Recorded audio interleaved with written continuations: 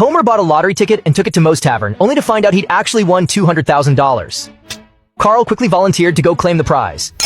Everyone stayed behind to prep for a party, but Carl never came back, and he wouldn't answer his phone either. So the gang drove to Carl's place, only to find he'd skipped town. All he left behind was a goodbye note. Back at Homer's house, everyone was feeling down. Even Marge said Carl had always seemed like the most trustworthy one, but when Lisa asked where Carl was originally from, nobody had a clue. Then Homer noticed something in an old photo, a reflection in Carl's glasses. By combining it with a beer mug and a mirror, and with Lisa's help, they figured out Carl lived in Iceland. Turns out Carl was adopted by an Icelandic couple, and that info was even in their public records. So Homer and the guys got ready to head out. They thought the name Iceland was just a joke, but it turned out the place was freezing. After buying new clothes, they asked around about Carl. To their surprise, people not only knew him, they even gave them a history lesson. Carl's family, it turned out, came from a long line of traders. They staked out Carl's house and waited all night. When Carl finally stepped out, they gave chase. Despite all that, Carl still managed to outrun them, until Homer paid someone to help tackle him.